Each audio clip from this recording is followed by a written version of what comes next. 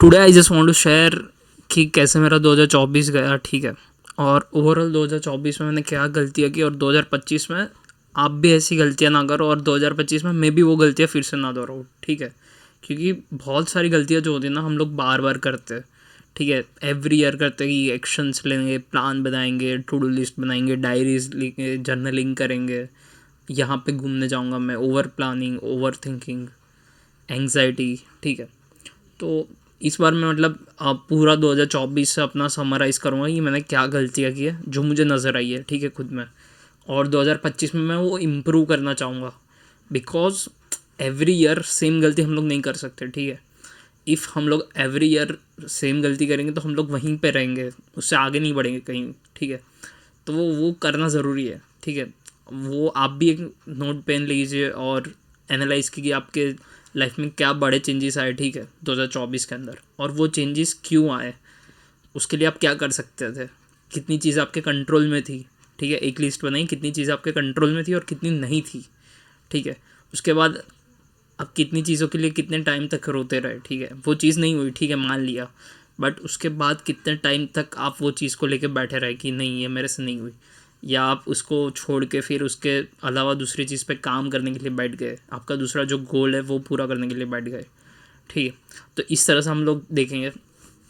तो सबसे पहले तो जनवरी में मैंने सोचा था कि मैं एक यूट्यूब चैनल चालू करूँगा, रेगुलरली उस पर वीडियोस डालूँगा, जो मैं बुक्स पढ़ता हूँ, ठीक है, उसके रिव्यूज़ डालूँगा।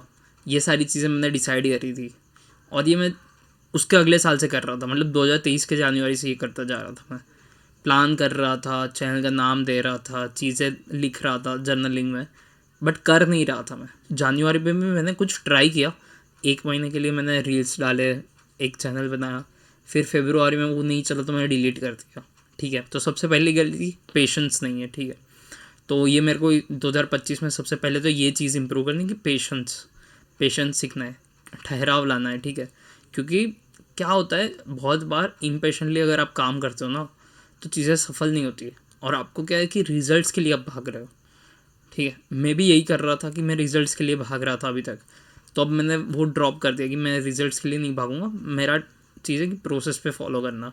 ये महेंद्र सिंह धोनी भी कहते हैं कि आप प्रोसेस पे फॉलो करिए, ठीक से प्रोसेस फॉलो होगा ना अगर, तो रिजल्ट्स अपने आप ही मिल जाएंगे आपको अच्छे से, ठीक है। तो ये सारी चीज़ें बहुत ज़रूरी होती है।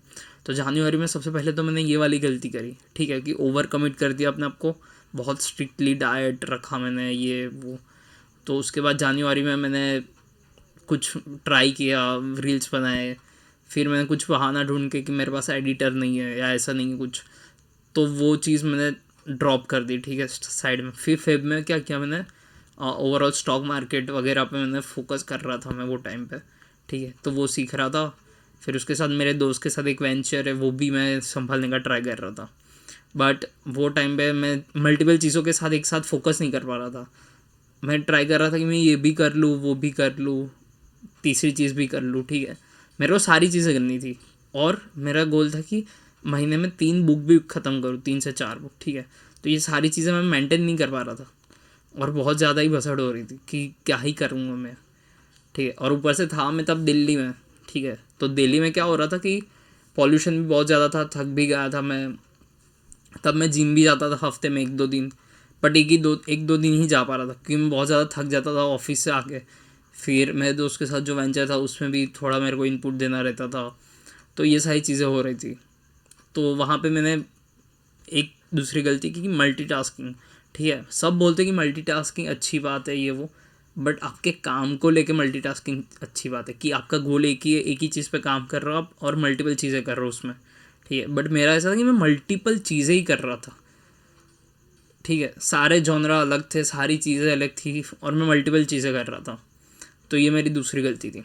तीसरी गलती मेरी ये हुई कि मार्च और अप्रैल में मेरे को अच्छा खासा टाइम मिल गया था, फ्री टाइम, मतलब 1 महीने जैसा मैं फ्री था, मेरे पास उतना कुछ खास काम नहीं था, ठीक है। 1 महीने में ऑफिस भी नहीं जा रहा था, कुछ भी नहीं, मतलब पूरा वेला बैठा था 1 महीने। तो 1 महीने मैंने सिर्फ ये किया है कि मैंने पूरा एंटरटेनमेंट किया है, देखा है चीज़ें, नेटफ्लिक्स देखा, रूम पे पड़ा रहा, ऑर्डर किया जोमेटो स्विगी से खाना, पड़े रहा, मतलब आलसी की तरह। मैंने कुछ ज़्यादा सीखा नहीं, सीखा बट उतना नहीं, मेरा पूरा पोटेंशियल जो है उतना नहीं सीखा, ठीक है।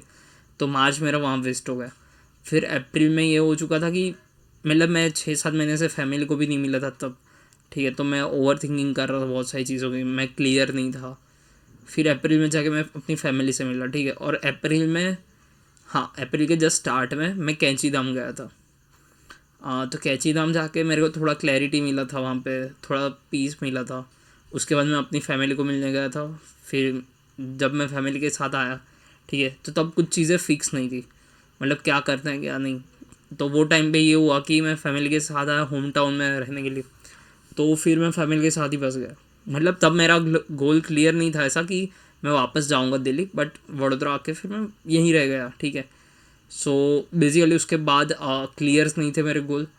उसके बाद जून में मैंने फिर से डिसाइड किया, वापस ट्रैक पे आया, ऑन ट्रैक आके मैंने काम चालू किया। तब मैंने वापस एक यूट्यूब चैनल बनाया। तब मैं सोच रहा था कि अब मैं रेगुलर स्टार्ट करूँगा।